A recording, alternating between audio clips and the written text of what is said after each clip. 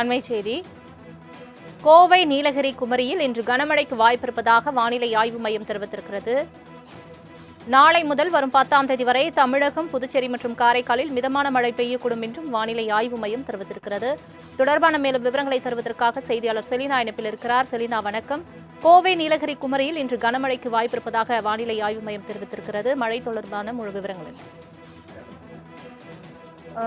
நேற்று வடமேற்கு வங்கக்கடல் மற்றும் அதனை ஒட்டி இருக்கக்கூடிய பகுதிகளில் நிலை வந்த காற்றழுத்த தாழ்வு பகுதி இன்று காலை வடமேற்கு வங்கக்கடல் பகுதியில் மற்றும் அதனை ஒட்டி இருக்கக்கூடிய வடக்கு ஒடிசா வங்கக்கடலோர பகுதியில் ஆழ்ந்த காற்றழுத்த தாழ்வு பகுதியாக வலுப்பெற்றிருக்கிறது.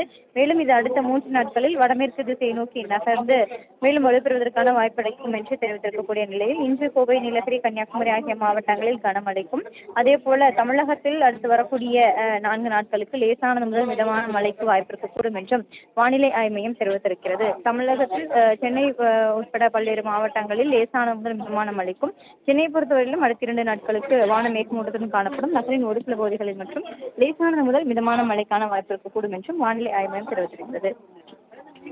தங்களின் முழு விவரங்களுக்கு நன்றி செலினா.